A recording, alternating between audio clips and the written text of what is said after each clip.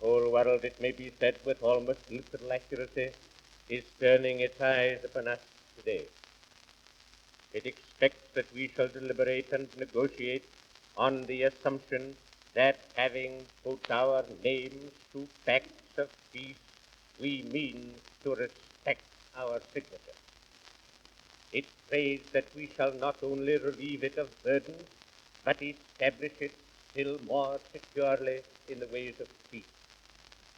It begs us to give public opinion a chance and to lift our problem out of the narrower scrutiny of the technical expert and put it on to the broader field of the creative state. Above all, it demands from us an agreement to stop the competition which has recently begun to show itself both in types and numbers of ships.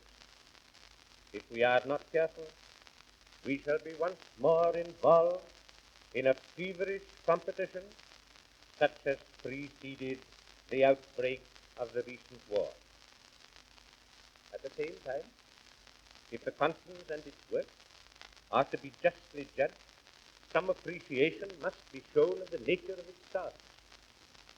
Since 1919, the securing of freedom has occupied much of the attention of the nation, and very considerable progress has been made.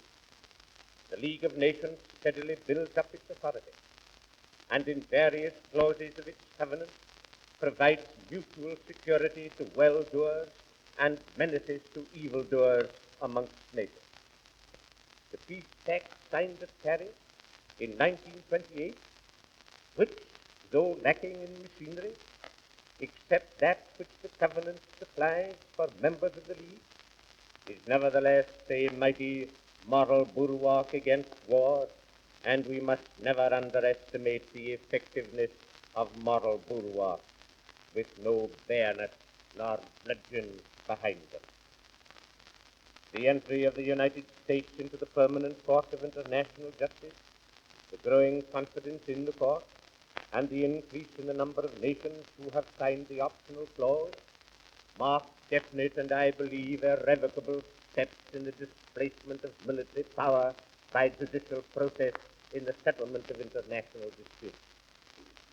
Public servants like us will fail in our duty if we do not diminish military power in proportion to the increase of political security.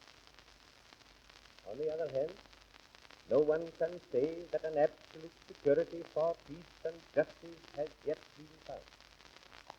There are risks on whichever side one leans, but I take it that the practical view is that political security must determine the amount of military preparation, that excessive military preparation is not only a wasteful use of national resources, but a weakening of political security.